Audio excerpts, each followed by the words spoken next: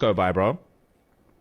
And they're like, Amy Bradley. And they're like, oh, we saw her chatting to one of the bass players on the ship before she went missing. Well gone for that. So they interview him. And he's like, bro, it's just a John. I chat to Johns all the time. We had a little dance, this, that. Nothing serious. A couple of people are like, I saw him with her like 10 minutes before she went missing. And they're like, all right, cool. Can you verify the time? And these two girls are on the boat like, yeah, it was like 6 a.m. And they're like, cool, perfect. We need like to verify it.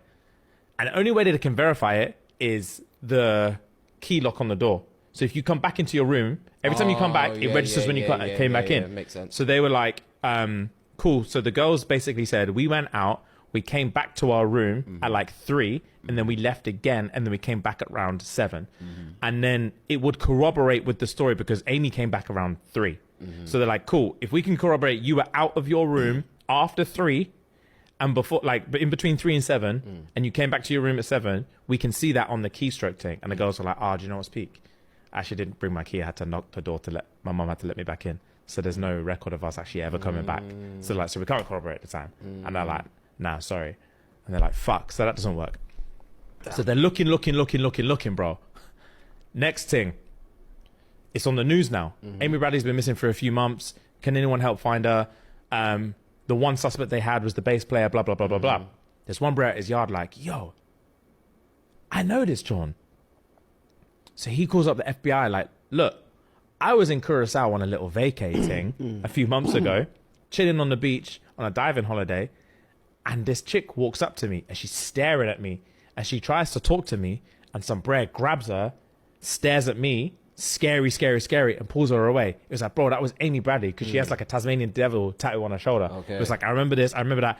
And the bro that stared at me was the bass player. I promise you now. And they're like, cool. Can you corroborate this? Bro, can't get any further information, can't get any evidence. They drag the bass player in, make him do a lie detector, passed it flying colors. And they're like, damn, there's nothing we can do about it. So they're like, what did you do? Like, when you saw him, like, pull her away, like, did you help her? Did you do this? And he was like, nah, that's none of my business, bro. It's not my business. He was scary. He literally was like, the bro was scary, bro. Because that's the only reason I remember this thing, because the bro was so scary. I'm not doing nothing.